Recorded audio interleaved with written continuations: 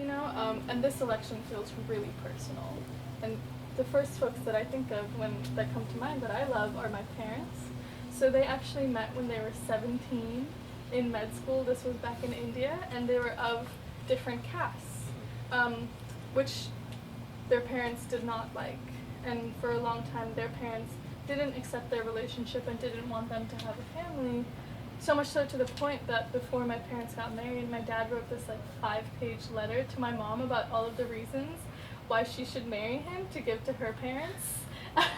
And she still has it. More than anything, they wanted to be with the person that they love, no matter anything else. And it was on my mind last year when I decided to come out to my parents. I was feeling really nervous about it. It's not something that's readily accepted in my culture.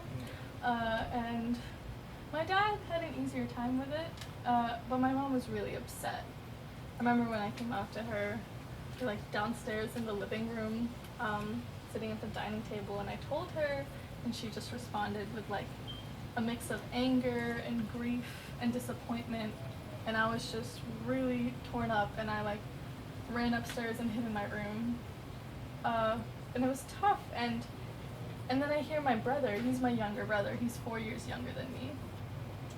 And he's that kind of kid that always keeps to his own, very diplomatic, hates confrontation. And I hear him from upstairs tell my mom, what you did was not okay, and everything that you've taught us has taught us to be better than this. And love is always more important than hate and intolerance.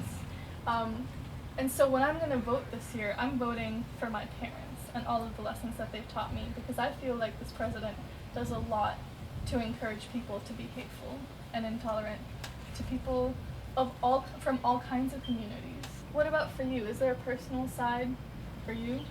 Not really. I just haven't seen why I need to vote for anything. Mm-hmm. That's all. Yeah. I just have no business in all that. Mm-hmm. So I just stay away from it. I just do my own thing instead. Yeah. You said you have no business in all of that. Why do you feel like you have no business in all of it? I don't know. I just don't care for politics. Maybe it's because I'm young or something. I don't know. I just don't care about politics right now. For you, who's someone that you love that you have on your mind and you really you have hopes for, including yourself? All I know is because I need enough money in 10 years to get out of this house because they're leaving. Where are they going? They're gonna move back to Mexico with their family. So. Okay. Did they get their paperwork recently? Yeah, just recently. Oh, congratulations! So now they're able to go. And is it citizenship? Yeah. It's just been a long time. They've been wanting to because they've been wanting to go to Mexico to go see family, but it's been a big process. How does it feel to have, to have taken it for that long for your parents? How did that feel? It sucked. I felt like it sucked. And same with my parents, because they became citizens recently too. And really, they've always, like your parents, wanted to go back to India as soon as my brother and I were older, because their family's there and they wanted to take care of their parents. So they kept their Indian citizenship. But then when Trump got elected, they felt like their security in this country was threatened. Like, traveling back and forth might mean that one day they're not let back in.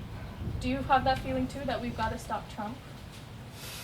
I've been saying this. You've been saying this? I've been saying it. So going back to that scale, where 0 is you're not voting, and you're here before, right? And 10 is you're definitely voting. What's the right number for you?